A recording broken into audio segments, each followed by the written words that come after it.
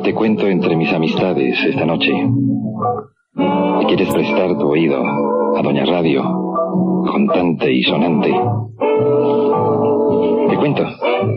Te cuento algo de ti, de mí, de nosotros dos, de más o menos, tal cual, más o menos, viva voz, y de tantas cosas que podemos hablar, supuestamente, ¿me crees?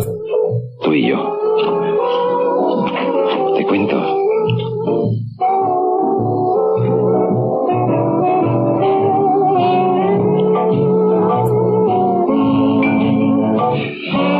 Que vengo a la carrera a encontrarme contigo. Intrigado. Intrigado, ¿sabes por qué? Porque no sabía que te iba a contar. Pero los amigos sirven para sacar de apuros a uno.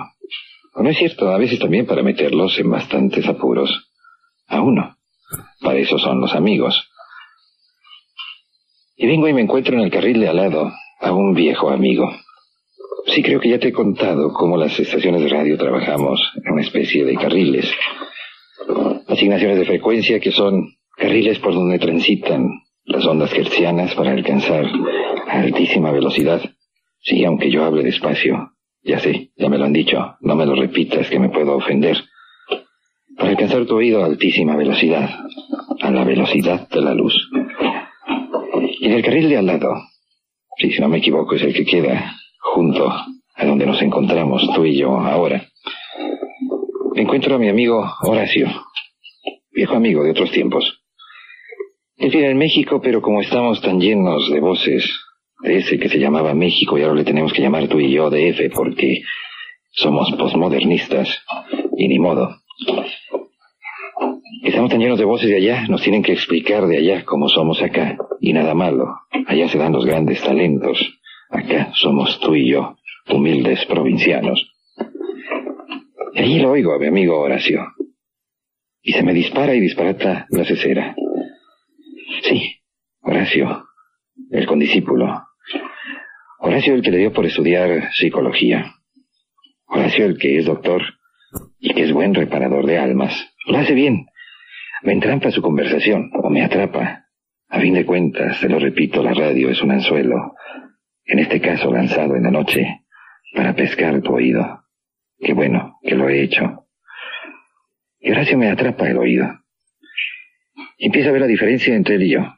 Él, óyelo bien, se dedica a reparar almas, a remendarlas. Esa es la psicología, el psique, el alma. Ponerle orden a nuestras tan desbarajustadas almas siglo XX, que a la carrera van, y a veces no sabemos ni a dónde. Y Horacio comienza a hablar del amor. Él es un gran especialista en esos temas tan escabrosos. A mí no me preguntes, poco sé de ello. Él es especialista, insisto, en esas cuestiones tan humanas, tan apasionantes en el sentido más estricto de la palabra. Y del amor al prójimo y de cómo hay que perdonar a los enemigos. Yo no sé si te he contado que mi devoción pasional es la historia, con lo que ello signifique. Esa hipotética memoria colectiva que nos sirve para descifrar el futuro. Y dentro de la historia, eso del amor adquiere otra dimensión, eso del perdón y del amor. Y por ello te decía que Horacio me ha resuelto un poquito la conversa de esta noche.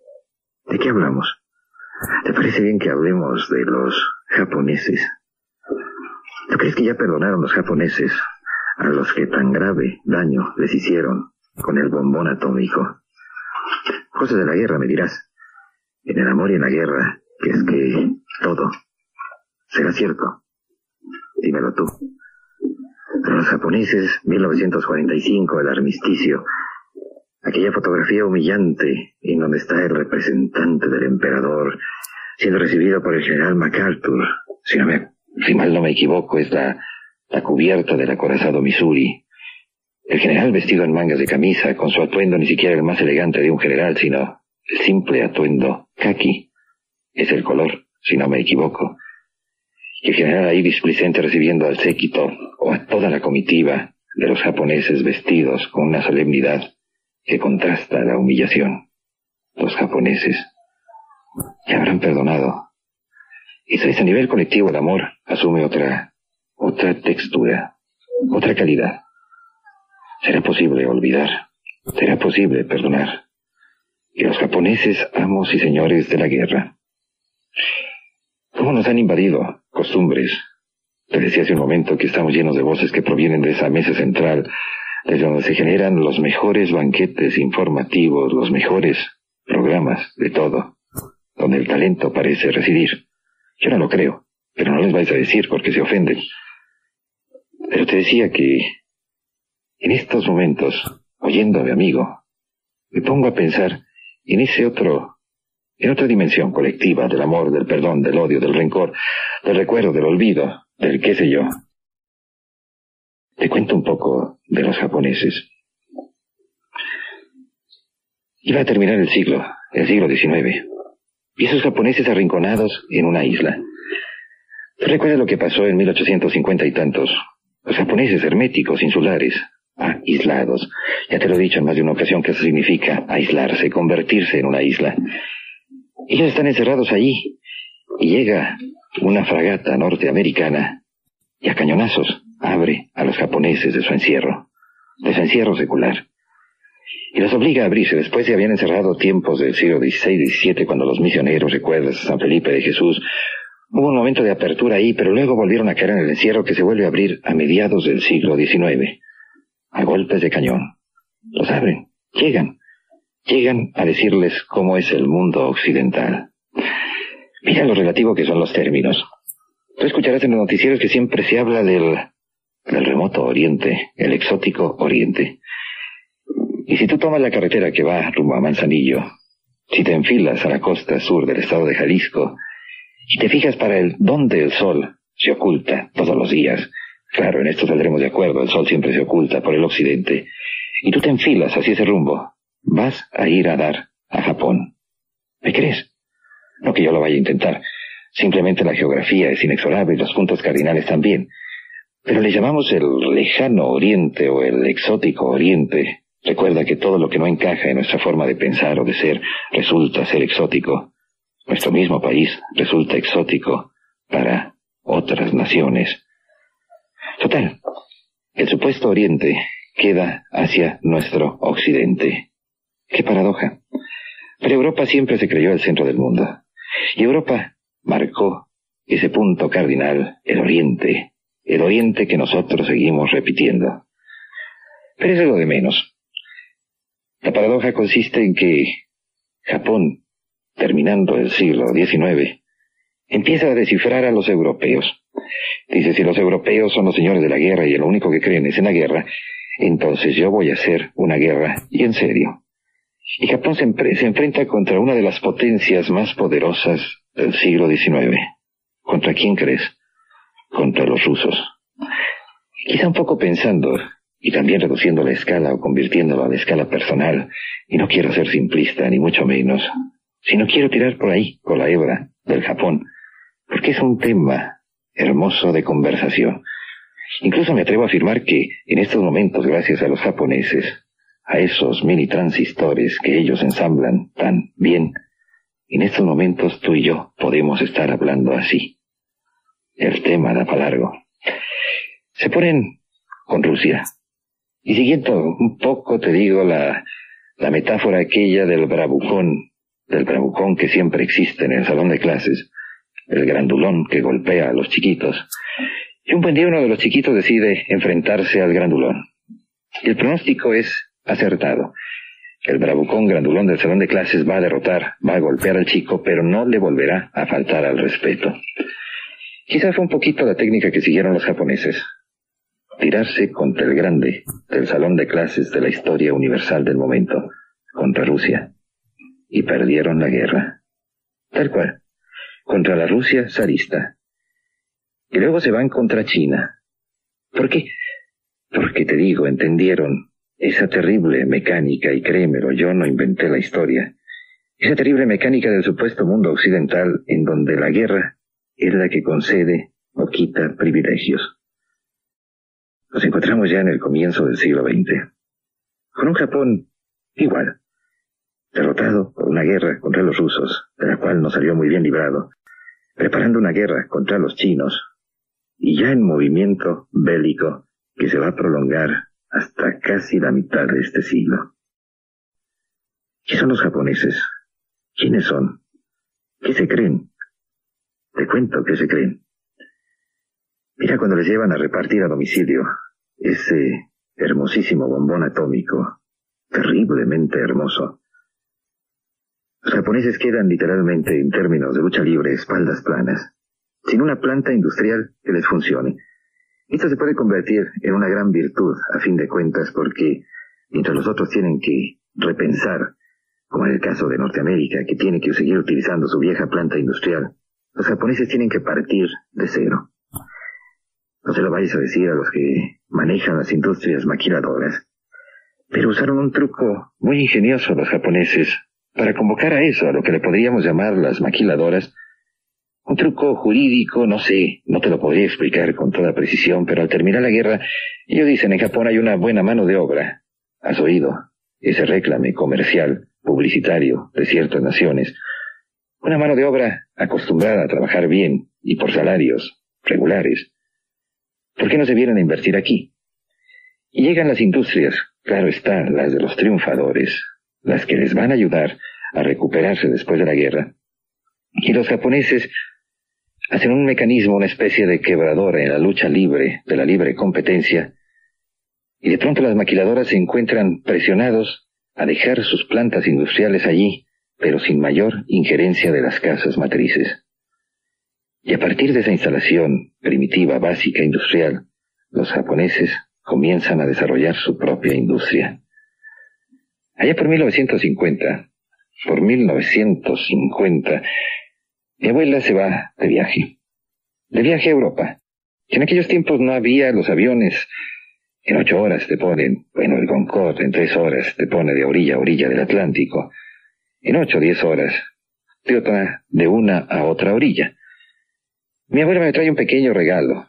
¿Quién sabe dónde lo compraría? Pero es un monigote de plástico hecho del mismo material que se han hecho las pelotas de ping-pong. Es un monigotito que le das cuerda y nada. Sí, un nadador de plástico, con las manos hechas de lámina. El juguetito no tendría mayor significado para mí, no lo conservaría, sino porque al llegar a cuando empecé a cobrar uso de razón, todavía se me deben muchos abonos de esto, en un momento leo un letrero que dice, hecho en Japón ocupado. Un simple monigotito de plástico. De allí evolucionar a la gran industria que nos permite, yo no sé, qué estás haciendo aquí y no le pegas la nariz a tu muy japonés televisor. En realidad te admiro, créemelo, te estimo. Pero los japoneses vinieron a revolucionar todo el mundo de la electrónica. ¿Y por qué? Partieron de principios muy simples. ¿Has oído hablar del Shinto? El Shinto y el budismo son 2 de las religiones mayoritarias en el Japón. El Shinto tiene una simplicidad encantadora. Por ejemplo, llegas a Japón y te encuentras que hay puertas de templos y el templo no existe. Es decir, que todo, atrás de esa puerta, viene a ser un santuario viviente. Alguno de mis compañeros que tuvo la oportunidad de irse a trabajar a Japón me decía que para entender a los japoneses hay que reconvertirse, hay que voltear la propia mentalidad para entenderlos a ellos. Resulta tan difícil. Nosotros estamos acostumbrados que si hay un templo, el templo existe, no solamente la puerta. En las creencias del Shinto, la puerta es simplemente abrir. Todo es templario. Y esas creencias también tan peculiares en una muy particular forma de reencarnación. El respeto a la naturaleza. ¿Qué tal si mis ancestros son esta flor, este árbol, qué sé yo? Toda una serie de creencias que les van a funcionar también para resortear después de la guerra. ¿Tú recuerdas aquel pensamiento Shinto tan simple? Aquello que decía, el sufrimiento engendra el pensamiento. Y el pensamiento es lo único capaz de engendrar la inmortalidad. Y después de la guerra se repiten esa sencilla expresión, y si ya han sufrido una derrota, pues van a tratar por el rumbo del pensamiento. ¿De qué? ¿A poco tú no aspiras a la inmortalidad? Te decía, venía yo a mi encuentro cotidiano contigo, y en el carril de al lado, en ese carril de hercios de la radio, empiezo a oír a mi amigo Horacio, convertido en doctor, convertido en un remendador de almas a larga distancia gracias a esta prodigiosa herramienta que es el transmisor de radio. Él me inspira a hablar un poco, si él está hablando del amor, del perdón, del amor al prójimo y lo difícil que es perdonar. Él me inspira, como te digo, mi pasión es la historia, hablar un poco de los japoneses y preguntarte, ¿ya habrán perdonado? ¿Ya habrán olvidado? ¿O han convertido esa especie de casi olvido en un motor regenerador hacia el futuro? No es que yo quiera poner a los japoneses como modelos, ni mucho menos. Yo creo que ya no existen modelos en esta orilla del siglo XX, modelos a los que podamos imitar. No, ¿qué va? Estamos en una coyuntura social. ¿Quiénes son tus modelos? Sí, yo creo que todos, en algún momento dado de la vida, de la existencia profesional, tenemos modelos. Pero luego, como lo diría Cervantes, en algún momento dado tenemos que asumir nuestra propia personalidad y crecer por nosotros mismos, de acuerdo a lo que somos. En ese momento se me pasó decirte, se me vuela el pensamiento. Esto de volar con la lengua, es eso, tan volátil. Recuerdo una vez haber oído a Henry Miller. Henry Miller, un autor norteamericano, acusado de escandalizar con sus obras terriblemente cargadas de eso que se escribe con 4 letras en nuestro idioma, sexo. Un autor de escándalo. Y le preguntan por su religión. Y dice, bueno, yo soy cristiano, pero un cristiano muy especial. Porque el cristianismo, los dogmas cristianos dicen que si te dan una bofetada en la mejilla, debes poner la otra. Y dice Henry Miller, sí, yo pongo la otra, pero para distraer a mi enemigo y darle una patada allá. Vaya cristianismo. ¿Y cómo será el Shinto? ¿Y el budismo? Pondrán la otra mejilla. Ya habrán perdonado los japoneses. Una vez trabajando en esto de la radio, en otras partes, le mandan a... Sí, yo también, aunque no lo creas, aunque me veas que estoy regordete y rechonchón. En alguna ocasión fui disque deportista y me gustó el tenis antes de que se convirtiera en religión. Me mandaron a Wimbledon a cubrir el torneo ese en Wimbledon, en Inglaterra, en un barrio de Londres. Y veo llegar a la televisión japonesa, y a los de la televisión japonesa traen unas chamarras hermosísimas, con unas kanjis en la espalda. ¿Saben lo que son los kanjis? Los ideogramas con los que se escribe el japonés. Y se me ocurre preguntarle a uno de los camarógrafos, a uno de la televisión japonesa, bueno, ¿y qué significa eso que traes dibujado en la espalda? Y con toda seriedad, que de broma no estábamos, no dice nada, es muy sencillo, significa simplemente el siglo XXI es nuestro, y allá vamos. Yo, como no soy descifrar kanjis, creo que además de decir el nombre del canal de televisión, decía eso. Los japoneses, y el amor, y el perdón. A escala personal, eso que te lo cuenten los que saben remendar almas. Yo, un poquito sé de historia. Si quieres, luego te cuento de los japoneses y cómo comenzaron a entrenar a sus ejecutivos después de que el bombón atómico les cayó y perdieron para siempre la inocencia atómica. Son las 10:28. La noche corre. Es jueves ya. ¿Qué falta para que se acabe la semana? Yo soy Álvaro. Y si quieres hablar, para eso están los teléfonos. 647-7481, 647-8383. Y gran favor me harías para ayudarme a librar ese tiempo que nos queda. Porque estaba pensando en si acaso no tendría yo esta noche celulitis, pero en el cerebro. A confesión de parte, que la música vuele. 10:32. ¿De qué estábamos hablando? Creo que de los japoneses, ¿no es cierto? Si desbarro, toma el teléfono y... Te lo he dicho, el viernes es el día ideal para abrir el departamento de quejas, pero si me llamas, no me ofende. Termina la guerra. Japón derrotado. Una reconversión no solo industrial, sino anímica. Un replantear toda la historia. Replantear incluso el trono del crisantemo. Sí, así se llama el trono de Japón. La función de la monarquía en Japón. El emperador teniendo que reconocer que no era representante de Dios, porque no tenía línea directa de su muy particular forma de entender ese misterio que se llama Dios. Tenía que reconocerlo ante su pueblo y tener que decir algo a escala nacional que fue un me equivoqué. Perdimos. Y los japoneses se enfrentan con una Europa y con su aliado americano que tienen un sentimiento de grandeza, de superioridad racial. Yo no sé por qué. Yo cuando nací ya existía esa cosa llamada racismo. Y sucede que los japoneses intentan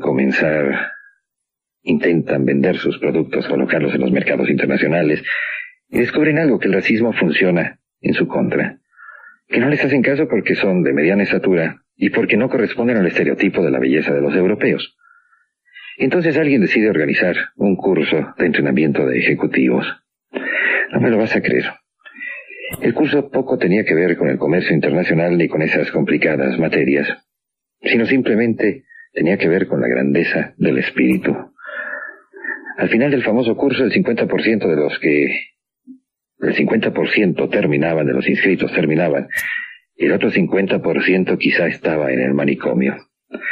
Tenía un nombre muy especial, el campo de entrenamiento en el monte Fuji, ese monte sagrado de los japoneses. Le llamaban el campo infernal de entrenamiento. Despertarte a las 4 de la mañana, caminar por la nieve, semidesnudo, ascender al monte Fuji, aprender a comer las cosas más insospechadas, luego enviarte a pedir limosna por las calles de Tokio, para aprender una virtud enorme, yo no sé para qué sirva, que se llama la humildad. Pruebas de resistencia infrahumanas. Pero al final del curso tenía una enorme virtud. El que lo concluya tenía un sentimiento ya de superioridad intrínseco. Y entonces sí, vete a Europa a vender, y no les hagas caso a esos que son rubiecitos y de ojos azules y que dicen que son mejores que tú. Simplemente ellos no podrían soportar lo que tú pudiste hacer. ¿Entiendes? Mira, alguna vez oí una entrevista de prensa con, quién sabe si todavía estará, con el entonces jefe de policía de Nueva York. Y él definía su función como algo muy simple. Dice, lo mío es recabar y olvidar información. Y ese es un poco también el proceso histórico. Tu muy particular proceso histórico y el muy particular proceso histórico colectivo. Tenemos que rescatar del pasado lo que sirve y tratar de olvidar lo que ya no nos funciona. Sigo con eso que te decía de que encontré a mi amigo en el carril de al lado, en el carril radiofónico de al lado, el doctor Jaramillo, hablando sobre el amor y el perdón. Y la historia tiene que ver también con eso. Si te quedas en los rencores, si te quedas simplemente en la amargura, de nada funciona. En cambio, si de esa amargura y si de esos rencores suprime lo que no sirve y lo otro lo pones a funcionar para motorizarte hacia el futuro, tiene que funcionar. Ese momento también te decía de cómo los japoneses tienen que reconstruir antes que su planta industrial toda su historia, toda su mitología histórica. Yo no sé por qué dentro de los procesos bélicos siempre interviene la teología. Es algo que uno de tantos autores, si no me equivoco, fue Remarque.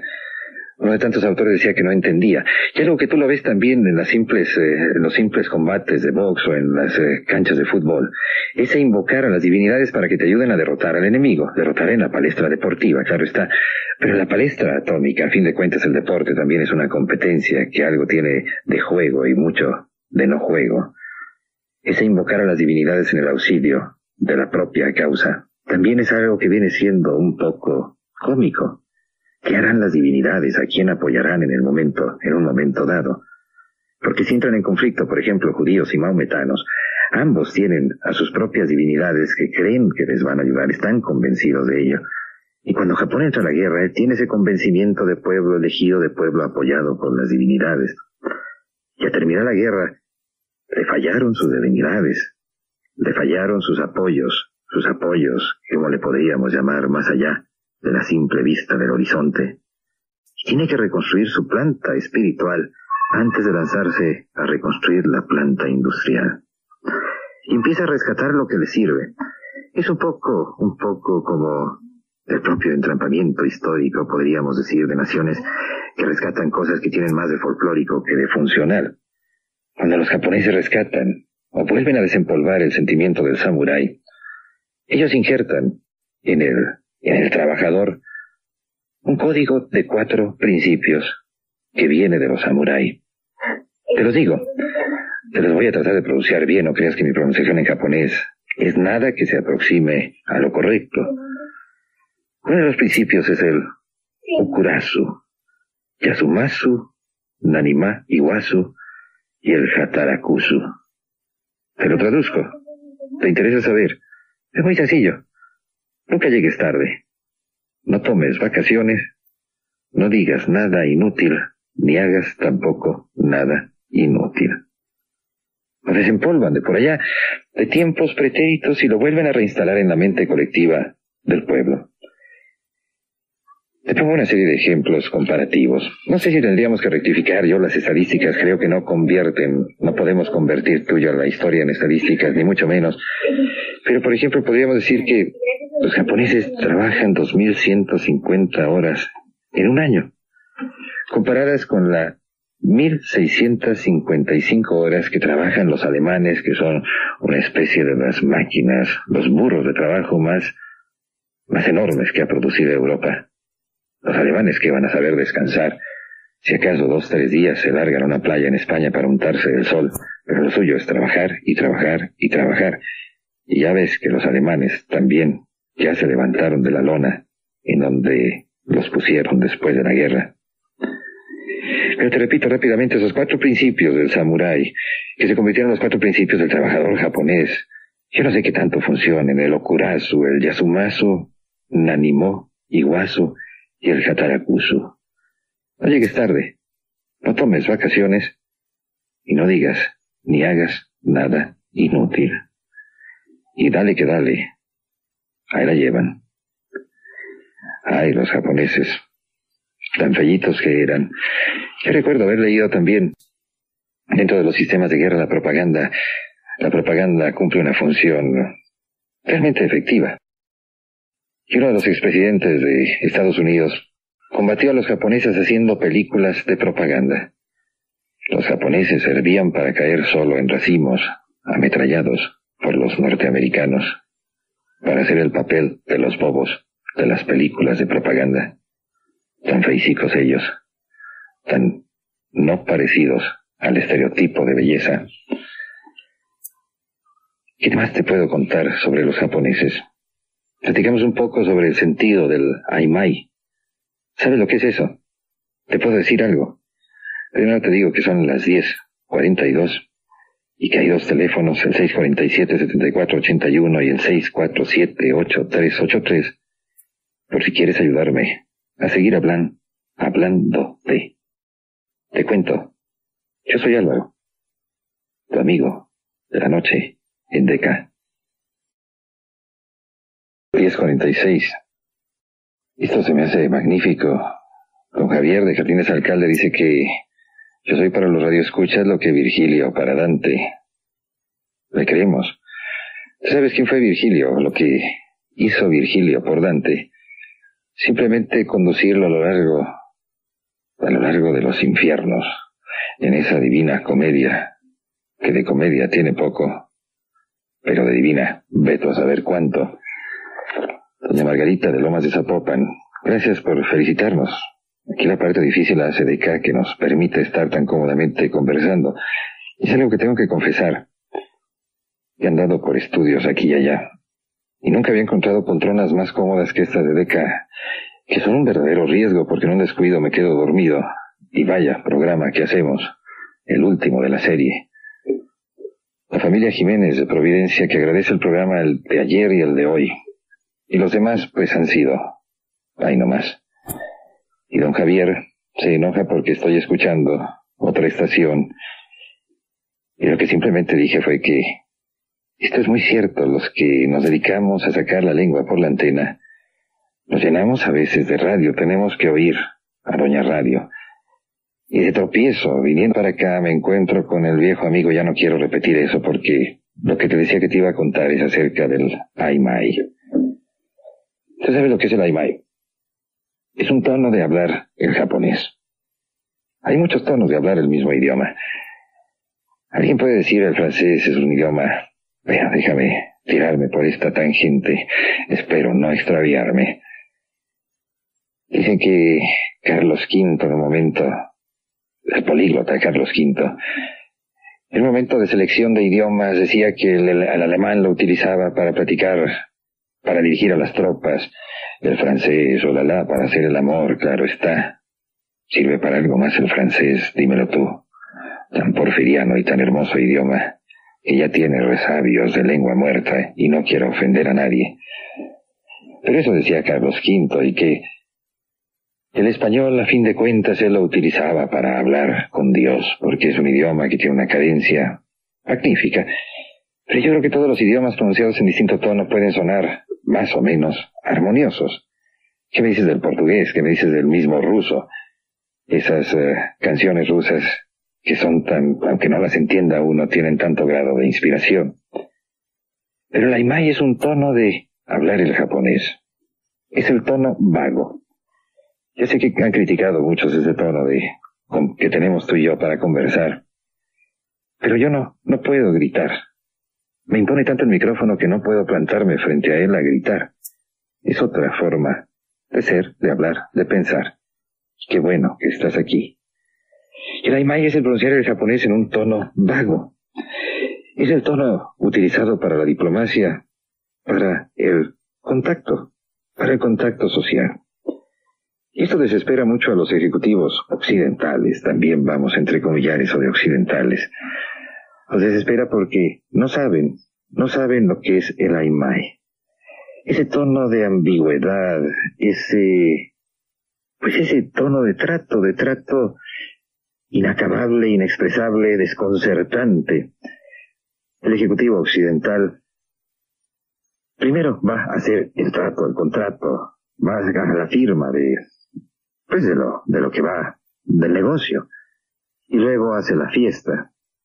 El japonés quizá primero haga la fiesta y luego firmar el contrato, porque para él es más importante tratar de descubrir si está conversando con una persona más o menos íntegra y más o menos honorable. Eso es el Aimai. El tono de hablar del japonés que se convierte en una tonalidad misma del espíritu. No cabe duda que la forma de expresarse es un reflejo de cómo pensamos, es un reflejo de eso también tan vago que se puede llamar el espíritu. Y el Aimai es una forma neutra, ambigua, diplomática de llevar las cosas en forma desconcertante. Quien puede entender esto puede tratar con los japoneses. Quien no, sencillamente que se abstenga. Y tan simpática la comida japonesa. Yo te lo confieso, no es uno de mis vicios favoritos, la gula. No, ¿qué va? Quizá mi educación trastocada me llevó a prescindir de ese vicio de gourmets y de gastrónomos. Y dentro de mi muy mal educado paladar, no es ciertamente la comida japonesa una de las que me hace más feliz. No, pero que aquí en sus gustos, porque nos tiene que gustar a todos lo mismo. Yo alguna vez he pensado que es una comida hija de las islas japonesas e hija de las guerras. Han tenido que inventar qué comer por esa constricción que imponen las islas y los pocos recursos que tienen. Bueno, si la teoría vale, tómala, y si no, olvídate de ella. Por ejemplo, la crianza de ganado. Claro, ni tú ni yo somos expertos ganaderos, pero ¿cuántas hectáreas de pastizales necesita una vaca para bien criarse? Muchas. Y en Japón no hay terreno para criar una vaca. Y sabes, han llegado a exquisiteces tales como lo que puede ser a exquisiteces o a cosas tan sofisticadas, tales como lo que puede ser lo que le llaman la carne Kobe. Sí, curiosamente las vacas, la carne de las vacas, del ganado vacuno, sabe a lo que las vacas comen. Hasta ahí creo que estamos siendo más o menos lógicos. No es la misma el sabor de la carne de ganado criado con forraje que el sabor de la carne de ganado criado en pastizales amplios. Y estos ingeniosos japoneses crían al ganado Kobe en una forma muy simpática. Les dan a beber cerveza. Les dan masaje todos los días a las vaquitas para que no les salga grasa. Entonces se va produciendo una carne tan sofisticadamente extraña de este ganado en establos muy bien acondicionados que el equivalente, por si te interesa comerte un bistec de Kobe, te puede costar entre 100 y $125. Hay que decirlo en esa moneda porque yo todavía no puedo manejar los nuevos y los viejos pesos.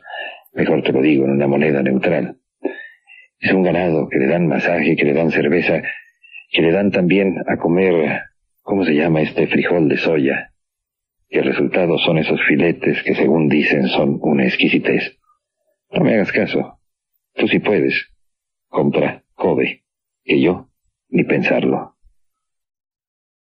Te cuento. Escríbeme, apartado postal 31-24, 31-24, sucursal La Calma, Guadalajara. Te cuento. Otra forma de hacer la radio, otra forma de estar tú y yo en la noche. Esta es la radio contante.